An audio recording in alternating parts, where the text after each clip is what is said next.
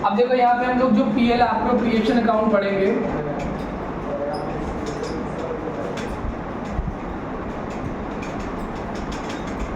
वो PL appropriation account में जितने भी अभी तक आपने रूल्स रेगुलेशंस यूज़ किए हैं, आईओसी के, आईओडी के, कमीशन के, सैलरी के, वो सारे रूल्स यहाँ पे यूज़ होंगे। ठीक है। अब देखो पीएल एप्रोप्रिएशन होता क्या है। लास्ट ईयर तक आप पीएल बनाते थे। पीएल मतलब जिसमें सारे एक्सपेंसेस और इनकम्स आते थे फर्म के, राइट। पीएल एप्रोप्रिएशन उसके नेक्स्ट अकाउंट बनता है जिसमें आपके एक्सपेंसेस और इनकम्स आते हैं रिलेटेड टू पार्टनर्स। ठीक है। पार्टनर्स के ऊपर क्या क्या खर्चे होते हैं और क्या क्या हम पार्टनर से इनकम कमाते हैं, वो आपको इसमें शो करना होगा। यहाँ पे हम लोग फर्म के पॉइंट ऑफ व्यू से सोचेंगे कि फर्म का क्या खर्चा है पार्टनर के ऊपर और फर्म की क्या इनकम है पार्टनर से, right.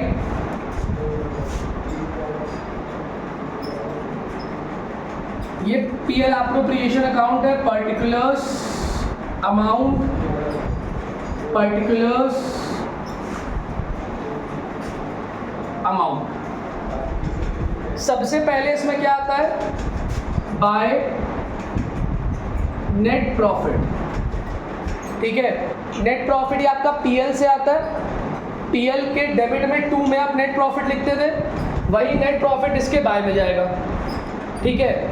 If there are any expenses related to PL and you do not want to make PL, यहाँ पे अगर कोई खर्चा है पीएल से रिलेटेड और आप पीएल नहीं बनाना चाहते हो, ठीक है अचिंत, तो आप क्या करोगे, you will write the net profit here and जितने भी एक्सपेंसेस हैं वो आप डिडक्ट कर दोगे जो पीएल से रिलेटेड है। जैसे कि मैनेजर्स कमीशन दिया होता है। ठीक है। क्या दिया होता है, managers commission, interest on loan to partner. अगर किसी पार्टनर ने लोन दिया फर्म को तो उसका इंटरेस्ट भी एक खर्चा है जो पीएल से रिलेटेड है, क्योंकि अगर आप लोन किसी बाहरी व्यक्ति से लेते, किसी अदर पर्सन से लेते, तो उसको भी आपको इंटरेस्ट देना पड़ता, तो सेम गोज टू पार्टनर। और लास्ट है रेंट टू अ पार्टनर।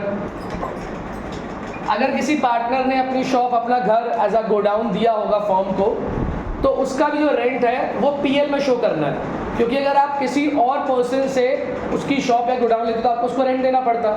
तो in the same way partner को भी आप क्या दोगे, रेंट। तो ये 3 खर्चे पीएल से रिलेटेड होते हैं।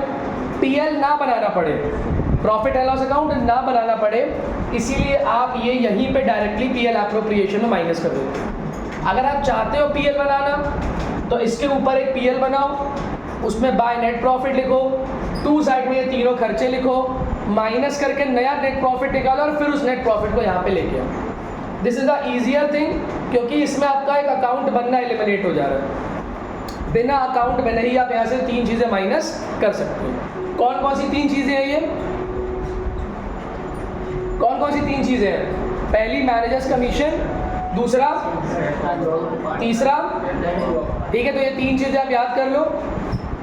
अब रूल वही चलता है इसमें भी, डेबिट साइड में सारे एक्सपेंसेस लिखने हैं, क्रेडिट साइड में सारी इनकम लिखनी है। क्या क्या खर्चे होते हैं पार्टनर के ऊपर समझो। सबसे पहला होता है 2IOC means interest on capital. Partner जो पैसा लगा रहा है उसको बिजनेस एक इंटरनल लायबिलिटी ट्रीट करता है और उस पर ब्याज देता है, उस पर इंटरेस्ट देता है, that is called interest on capital. AB दोनों को मिलेगी और ऐड करके वो बाहर आ जाएगा। फिर 2 में सैलरी आ जाएगी। अगर आप किसी भी पार्टनर को सैलरी दे रहे हो, अगर वो एक्स्ट्रा वर्क कर रहे हैं तो वो सैलरी आप लिखनी है। 2 में कमीशन आ जाएगी। अगर आप किसी भी पार्टनर को कमीशन दे रहे हो तो कमीशन यहाँ पे आपकी आ जाएगी। और 2 में आ जाएगा ट्रांसफर टू रिजर्व।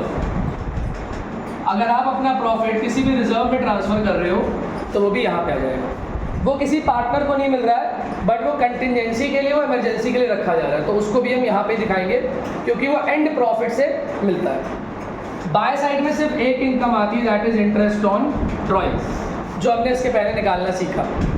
वो आपका A और B दोनों पार्टनर्स को मिलेगी और यहाँ पे ऐड होके आ जाएगी। फिर आप नेट प्रॉफिट और आईओडी को ऐड करोगे, जो टोटल होगा उसमें से इस साइड का टोटल माइनस कर दोगे, so you will get 2 divisible profit, जो आप ए और बी के प्रॉफिट शेयरिंग रेशियो में डिवाइड कर देंगे।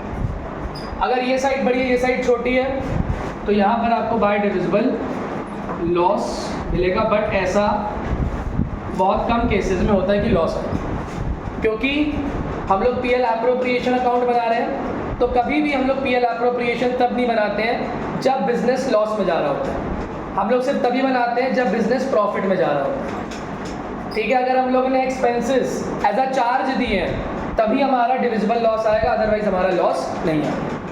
एप्रोप्रिएशन और लॉस का डिफरेंस क्या होता है मैंने आपको बताया पहले।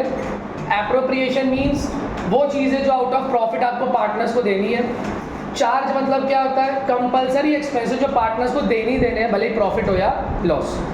तो हमेशा अगर लॉस आ रहा होता है तो हम ये एप्रोप्रिएशन नहीं देते। क्यों नहीं देते, उसका एक रीज़न है, पार्टनर को ही ये चीज़ें मिलनी है, लॉस भी पार्टनर को ही झेलना है। तो क्या फ़ायदा पार्टनर को उसकी इनकम करा के दोबारा उसको वापस ले लेना, तो इसीलिए कोई फ़ायदा नहीं उसको देने का। इसीलिए जब भी लॉसेस होते हैं तो हम ये सारे एप्रोप्रिएशंस पार्टनर्स को नहीं देते, सिर्फ आईओडी उनसे चार्ज करते हैं, दैट्स इट। तो this is your partners this is your PL appropriation account. इसी के नीचे आपका बनता है पार्टनर्स कैपिटल अकाउंट। पहले इसको नोट कर लो।